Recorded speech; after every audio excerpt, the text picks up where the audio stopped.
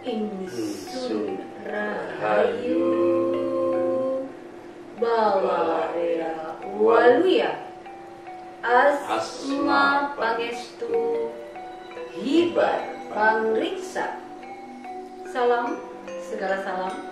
Pemirsa, jumpa lagi dengan saya Nyimas Dewi Larasati. Masih bersama narasumber kita, beliau Kang Raga. Sehat ya Kang Raga? Puji mana? Puji mana, sehat, tambah muda tentunya. Banyak rezekinya juga, amin. Pemirsa setia channel Pramu dan Ratu, semoga pada saat menonton tayangan ini juga sehat dan banyak rezekinya juga, amin ya robbal alamin. Kang Prabu, sesuai dengan judul di thumbnail ya yang sudah terpublish. Nah, kita akan membahas mengenai kebangkitan spiritual menyongsong tatanan dunia baru. Iya, jadi kebangkitan spiritual menyongsong tatanan dunia baru. Wow, dari judulnya saja sangat menarik sekali. Tentunya isi pembahasannya juga menarik lah. Langsung ke pertanyaan pertama nih Kang Prabu. Siap. Kita perlu membahas terlebih dahulu apa sih itu spiritual. Kan saya lihat banyak yang belum paham spiritual. Masih katanya paranormal itu gimana? Mangga silakan. Iya. Jadi beberapa hari yang lalu kan juga kita sudah menyampaikan bahwa spiritual itu bukan paranormal, bukan juga supranatural, bukan. Iya, siap. Karena spiritual ini adalah spirit atau roh, rohani, jiwa. Gitu. Ya, dimana setiap manusia ini kan punya jiwa, punya roh, yang sudah seyogianya, sudah selazimnya. Setiap manusia ini kan sebetulnya harus mengaktifkan peran dari rohaninya. Nah, kalau kita berbicara roh, berbicara rohani, ini kan merupakan kekuatan yang maha dahsyat. Iya, betul. Ya, kekuatan namanya yang juga serut nyawa. Luar biasa, kekuatannya yang sangat luar biasa sekali. Di mana rohani ini ada dalam diri setiap manusia. Potensi maha dahsyat yang tentunya ya harus digali, digali agar peran dari rohani ini ya benar-benar bisa maksimal bahkan optimal. Betul, siap. Jadi spirit ini bukan paranormal ya. Paranormal itu merupakan profesi. Ya, profesi. Dan orang mendalami spiritual ini nggak harus jadi paranormal. Nggak harus ya. Karena spiritual. Tapi banyak yang keliru dong Kang Prabu. Iya, banyak ya. Tapi sekarang ini sudah banyak yang mulai sadar, sudah mulai memahamin juga. Jadi paranormal itu merupakan profesi ya, juga dukun. Ya. Nah, latar belakang ilmunya ini kan berbeda-beda. Ya. Dari paranormal ini mungkin bisa latar belakang ilmunya ini dari spiritual, ya. Bisa menjadi paranormal, ya. Bisa latar belakangnya dari olah supranatural. Kemudian menjadi paranormal juga bisa ya, ataupun dari olah keilmuan yang lain, kebatinan, olah mantra, olah meditasi, olah pernapasan, itu bisa menjadi paranormal atau bisa menjadi apa saja sebetulnya dari olahan-olahan energi ini. Olahan-olahan energi yang mengarah ke spirit ya, mengarah ke spiritual. Spiritual itu kan ada di dalam diri. Jadi energi yang bersumber dari dalam diri, ya ini energi spiritual. Kalau energi yang bersumber dari alam ini disebut sebagai energi supranatural. Soalnya di luar diri ya. Di luar diri. Jadi spiritual ini sebetulnya merupakan kebutuhan ya. Siap. Bangkitnya spiritual ini sebetulnya merupakan kebutuhan dari setiap manusia gitu loh ya.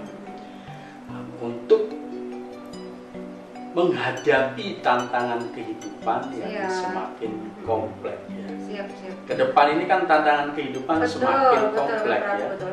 Apalagi ini kan sudah mulai nih, terbentuk suatu tatanan tatanan kehidupan baru ya kan, tatanan dunia baru ya. Ini kan sudah on proses ya, sedang on proses dan memang kebiadaban yang sudah mencapai klimaks di kemarin ini kan sudah betul-betul mencapai titik klimaks, kemudian berbalik arah ya kan. Nah ini sudah mulai banyak yang sadar ya. Kebiadaban juga sudah mulai terkuak gitu ya, mulai terkuak ya. Jadi puncak klimaks kebiadaban itu ditengarai kemarin 29 Juni gitu loh ya, yang diramalkan oleh peramal terkenal India itu ya, dikenal sebagai Nostradamus kedua ya, peramal yang terkenal ya. Jadi kiamat itu kemarin ya, artinya di situ sebetulnya titik puncak klimaks kebiadaban di situ ya. Makanya kemudian menurun kebiadaban mulai terungkap ya, kan? Berarti tanggal 29 Juni yang kemarin Kang Prabu. 29 Juni itu titik klimaks puncaknya kebiadaban ya. Nah kemudian mulai makin menurun ya kan. Makanya ke depan ya, kalau orang berbuat biadab ya, maka ya pasti akan terdampak gitu. Langsung terdampak ya. Makanya berhati-hati nih ya, buat masyarakat ya, khususnya yang punya kedudukan tinggi ya di suatu instansi, di suatu negeri gitu kan. Ya ini harus berhati-hati ya. Karena betul-betul kalau berbuat jahat, berbuat biadab, maka pasti akan terdampak langsung. Sudah nggak bisa disembunyiin lagi dong? Nggak bisa. Ke depan itu tidak bisa ya. Ke depan tidak bisa lagi disembunyikan.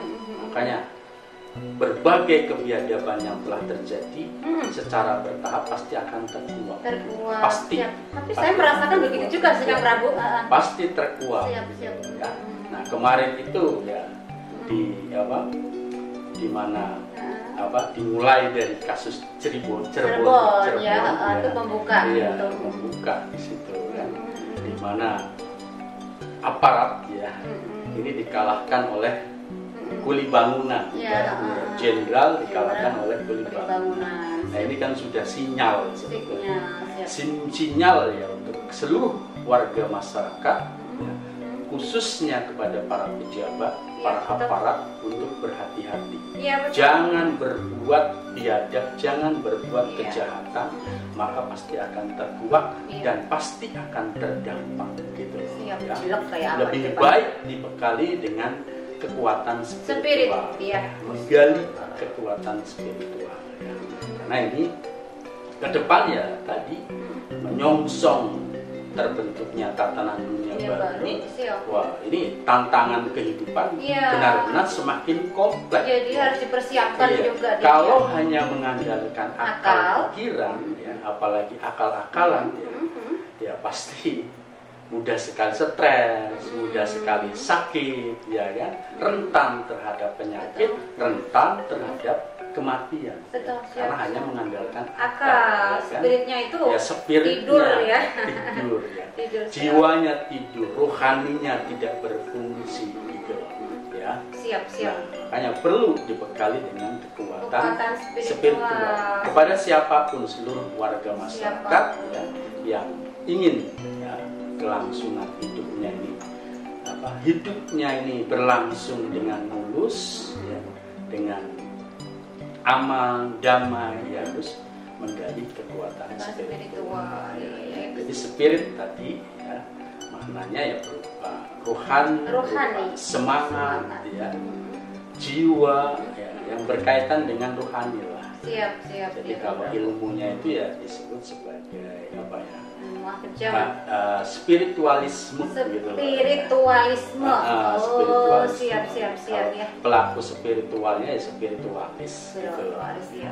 Ya, luar biasa Kang Prabu. Memang kita melihat ya sinyal kemarin yang Kang Prabu sampaikan, Cirebon itu adalah kunci pembuka sebenarnya gerbang pembuka untuk selanjutnya siapapun yang bertindak jahat tidak bisa lagi disembunyikan. Ya, sebenarnya kita gerbang sebenarnya sih Kang Prabu. Nah, kita nggak menyalahkan satu sama lain, nggak berperan. Kita berperan itu kebenaran dan kebiadaban. Jadi bukan polisinya, bukan kuli bangunannya, bukan, tapi kebiadaban. Personalnya. Kebiadaban dan berperan antar kebajikan dan kejahatan. Itu sebenarnya Kang Prabu ya. Siap, luar biasa. Makanya ya siapa yang berbuat jahat ya maka pasti akan dikalahkan dengan kebajikan. Betul ya. Sekiranya seorang kuli bangunan apalah ya kan seperti itu. Rasanya tidak mungkin hal itu keadilan terkuatkan gitu Kang Prabu. Kita lanjut ya. Iya. Kita lanjut untuk pertanyaan berikutnya. Kang Prabu, apakah dengan mempelajari agama itu sama dengan kita mempelajari spiritual? Karena banyak masyarakat yang beranggapan seperti itu. Mohon dijelaskan Kang Prabu. Agama beda ya, agama itu bukan spiritual. Jadi agama ini orientasinya ini emosional. Gitu. Emosional? Jadi kalau mendalami agama ya, betul-betul menjalankan agama dengan baik ya, dengan benar, yang akan terjadi kecerdasan emosional. Kecerdasan emosional. Makanya orientasi agama ini kan membentuk jiwa mutmainnah kalau di Islam. Jiwa mutmainnah, nafsu ya, itu kan berkaitan dengan nafsu, berkaitan dengan emosional. Jadi ya orientasinya itu ya kecerdasan emosional. Agama antara benar salah kayak gitu. Iya, agama antara benar salah, surga neraka, baik buruk ini kan urusannya dengan emosional. Keteraturan, kecerdasan emosional. Agama itu sendiri kan aturan hidup. Makanya di dalam agama ini kan banyak sekali aturan-aturannya, kan? Tidak boleh ini, tidak boleh itu, ya kan? Berupa aturan hidup, gitu loh. Jadi kecuali kalau mendalami lebih dalam lagi, ya masuk ke hakikat dan ma'rifat, ya itu berbeda lagi. Berbeda lagi ya, Prabu ya. Berbeda lagi, itu bisa nanti mengarahnya ke spiritual, mengarahnya ke batinan, gitu. Ya. Kalau mendalami agama lebih dalam, yaitu ke hakikat dan ma'rifatnya, nah itu baru mengarah kepada spiritual. Siap. Tapi kalau masih berupa syariat, berupa torekot, ya ini masih di ranah emosional. Masih di ranah emosional, itu tadi aturan tadi. Ya. Aturan. Puncaknya itu ya terjadinya jiwa yang tenang. Siap. Jiwa mutmainnah. Emosionalnya terkontrol, emosionalnya terkendali. Jadi berbeda ya. Beda ya. Agama bukan. Tapi kalau agama ranahnya kecerdasan emosional, antara benar salah, surga neraka seperti itu. Emosional gitu. Ya. Makanya kan pelaku agama ini kan juga emosional semua ya. Kan berarti harus perlu spiritual, Kang Prabu. Nah, iya, kalau mau mengarah ke spiritual ya harus mendalami secara hakikat dan ma'rifatnya.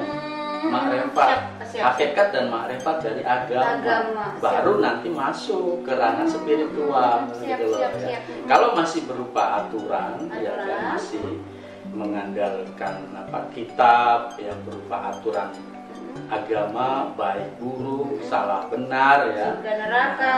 Nah, ini arahnya ya terbentuknya kecerdasan emosional tadi gitu loh ya. Arahnya ke situ gitu loh. Emosional. Nah, kalau mau sekali lagi kalau mau mengarah ke spiritual, ke rohani, ya harus mendalami hakikat dan makrifat dari agama.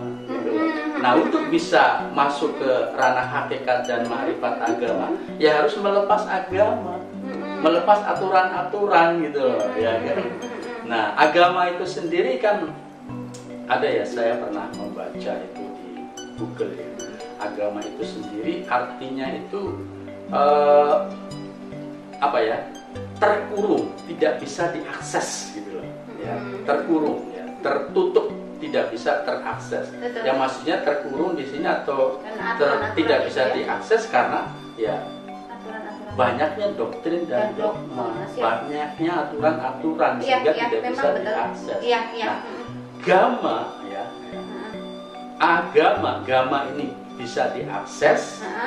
Agama tidak bisa diakses gitu loh. Perbedaannya ya. Agama antara yaitu agama itu bisa diakses bebas. Siap. Bebas, artinya bebas agama itu. Agama itu tidak bebas. Saya sendiri kan juga pernah ya mengalami nantinya mempelajari agama itu kan karena latar belakang perjalanan spiritual saya kan memang dari agama. Betul, siap. Bahkan saya itu kalau sholat itu sampai nangis-nangis ya. Karena pengen ketemu dengan Allah, pengen ketemu dengan Tuhan gitu. Saya menangis-nangis.